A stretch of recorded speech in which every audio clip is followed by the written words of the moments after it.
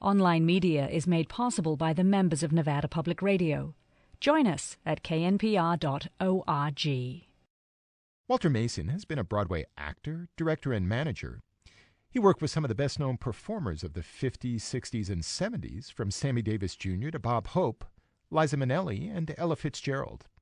He's a Shakespearean actor who's played the role of Othello at least 7 times in major stage productions, and he directed James Earl Jones in a production of the Eugene O'Neill play The Emperor Jones.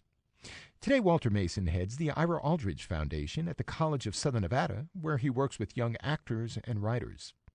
An April 10th fundraiser and performance of the Pulitzer Prize-winning play Fences will be held for the foundation at the Nicholas J. Horn Theater on CSN's Cheyenne campus.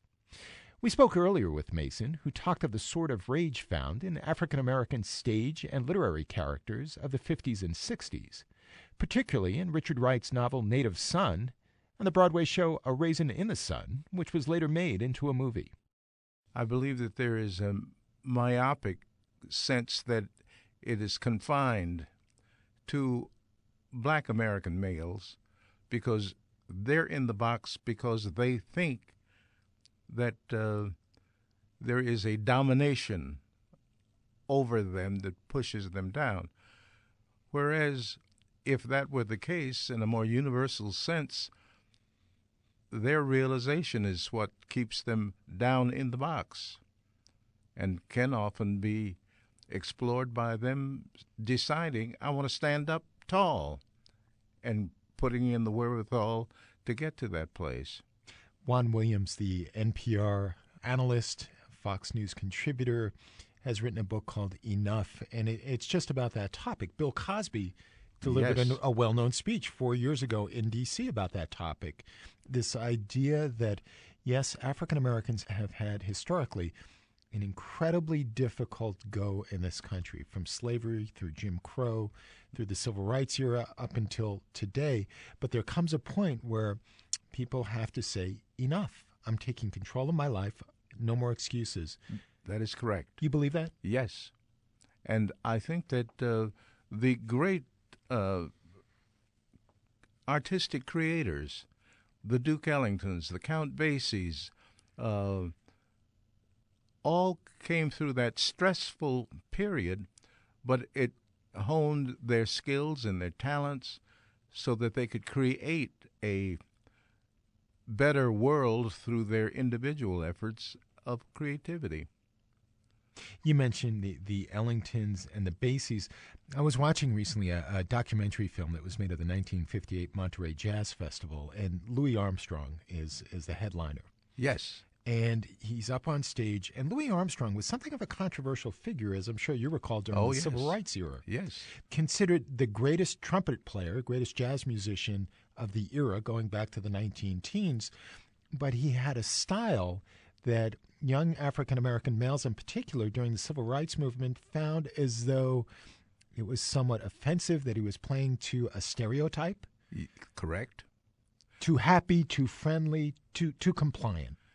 So it illustrates the two faces of Louis Armstrong.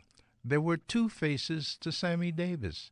One, a persona who was always smiling and glad-handing to his audience, but in another sense, he was in the quietness of his office or bedroom. He was figuring out ways to get on top of the heap, be the best that there was.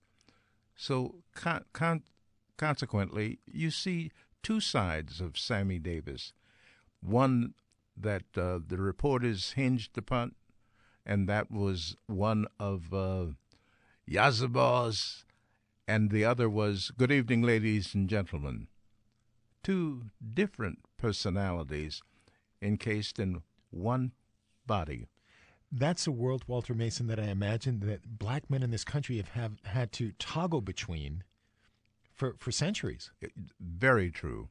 Very true, because they were brought over in a subservient boundary, and many of them bought into that subservience, whereas there were others who sidestepped that subservience and began to realize that only they, Frederick Douglass, for an example, when he was found in the hayloft by his slave owner, Mr. Covey,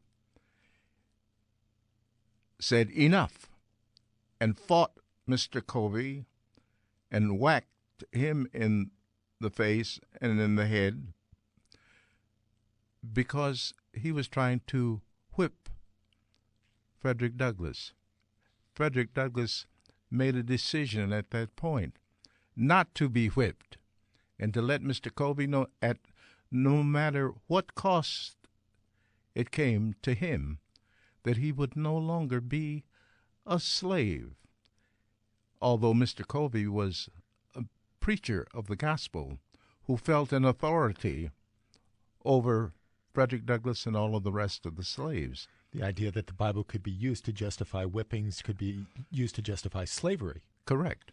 As an 82-year-old African-American male in this country, and you've gone through all these decades from the pre-civil rights movement to the transformational period of the 50s and 60s and to the work that you're doing today with the Ira Aldridge Theater Company through the College of Southern Nevada, Walter Mason, do you feel in a sense that metaphorically that African-American men, women, but men in particular, are still being whipped? Yes, because I think that most African-American, I tend to look at it as a cultural difference. They have a cultural difference that places them in the industrial age where the rest of the white male world is going into the electronic age and cybernetic age. And the culture of the African Americans are still in the industrial age. Well, why is that? Is it because of the educational system? Is it because of expectations within white families versus African American families? Both? Well, I think that they were shut out from making the transitions from the industrial age to the cybernetic age. Shut out? Shut out by discrimination, by prejudice, by any device that would keep one element of our society at a higher level of dominance over another area. When black Americans would go to get a job, what have you done? Or like in the university systems across the country, the theater process is not for the average African American male. They look at it and says, "Have you done Shakespeare?" Well, no, I haven't. Well, you would not be suitable for this role. Therefore, we'll have to put you in the do not use category. And did that happen to you? You played Othello 7 times. Correct. Now, was that seen as the character for the black man? Well, that was because of my persistence at first Wayne University and studying in Detroit, and studying with a British opera singer, Bertha Bright Knapp, and then going to New York with Arnold Moss and participating in The Tempest. I was very fortunate to get certain opportunities that made me hone my skills, but I knew that I had to hone them in order to be acceptable. But did you feel, as you say, that there were certain roles that you were relegated to because of your skin color? Oh, definitely. And one of which, and I had certain inspirational causes, observing the work of Paul Robeson and many others, Charles Gilpin, Ira Aldridge, who was a Shakespearean actor in the 1800s that has a chair at the Royal Academy in London. Ira Aldridge was also African-American, and he was performing Shakespeare in London. In London, and he passed away in Poland doing the role of Othello. I have to ask you about Roscoe Lee Brown.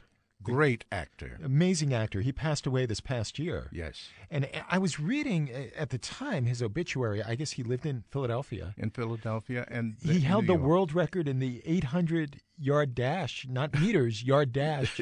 Correct. In the late 40s, early 50s. Yes. He went on to be a teacher, and then he decided he wanted to be an actor, and he became this fantastic Shakespearean actor. He had that great voice, that great presence on stage. Yes, well, he was, and I had the benefit of working with Roscoe Lee Brown as well as with a gentleman that you mentioned earlier, James Earl Jones. And fortunately, right at present, he is appearing in Cat on a Hot Tin Roof. On Broadway. On Broadway. Yeah, he's playing Big Daddy on Broadway. And that's Correct. a role traditionally that had been reserved for a white man. Right. And this, I think that's one of the areas in American or in the theater world with the success of this production that's currently playing in New York on Broadway. It might be a coming together of atmosphere that Afro-Americans can begin to seek a greater use and involvement with, because theater comes from the pen of writers, and our writers are in the hands of television production and the likes, so they have sidestepped their garret writings of the theater to go for where the money is.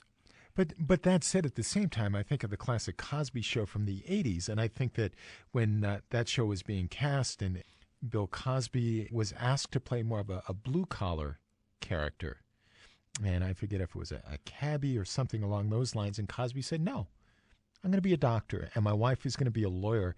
And you talk about transformational roles in our culture, this idea that you could have a black man who's a doctor who's married to a black woman who is a lawyer. Correct. And it changes generational attitudes. Would you agree? So I would agree 20 with that. years later, white America looks differently at African-American families. At least much of white America. Very gradually. Gradually. They change their position in looking at them. I don't mean to overstate it, but certainly it's part of that transition that we have to take. Yes. As we evolve as a society. Yes. Trusting each other. Looking eye to eye with one culture, looking eye to eye at another culture, but taking that a step forward on an individual level. And usually you see one side on their knees and the others standing up, and they both have to come eye to eye.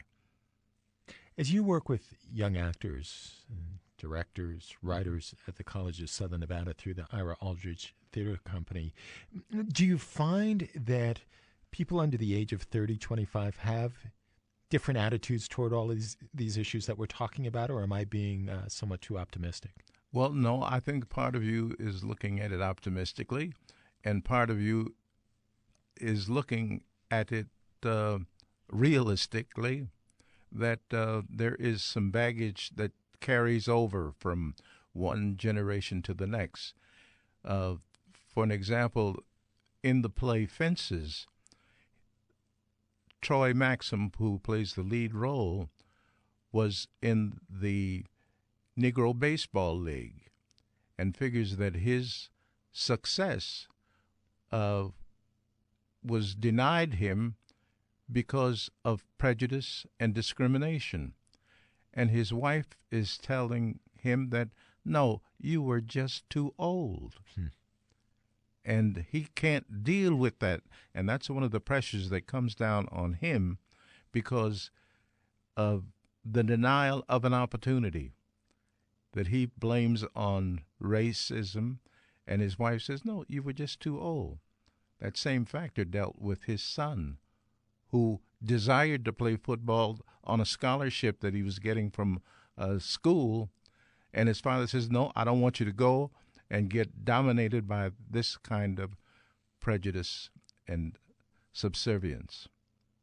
We're talking, it's been 40 years since the death of Martin Luther King. Yes. And as you look at race relations in this country, not how far we've come, but where we may be headed, do you ever think that we truly get to that culture that Dr. King and others spoke about and have spoken about, where we're colorblind? It's a long day coming. His vision is very slowly coming to pass, and us optimists will believe that it is coming. Those of generations that are older will stick to the way that they knew reality in life. And it's out of the womb of those mothers that they can see the growth of their children in a world that is race-free, free, and gender-free. So when you look at an Obama, when you look at a Tiger Woods, what do you see? I see the hardship that they are going through in order to still stick to what they believe their craft presents to them to be the best that they can be. And the best that they can be, strive with this hardship that they must go through, and they have to go through in order to be the best, will help eliminate racial prejudice, discrimination, when other people can then begin to look eye to eye in the eyes of others and establish this true visual emancipation that Martin Luther King had. Longtime actor, manager, and director Walter Mason. An April 10th fundraiser and performance of the Pulitzer Prize-winning play Fences will be held at the Ira Aldridge Foundation at the Nicholas J. Horn Theater on the Cheyenne campus of the College of Southern Nevada. And thank you for being with us this hour. Our producers are Rich Copeland, Carolyn Kresser, Alicia Barney, and Ian Milchrist. Brian Bayhuth is our guy on the north. Danielle Branton is our web producer. Varun Piplani is our intern. For more information about this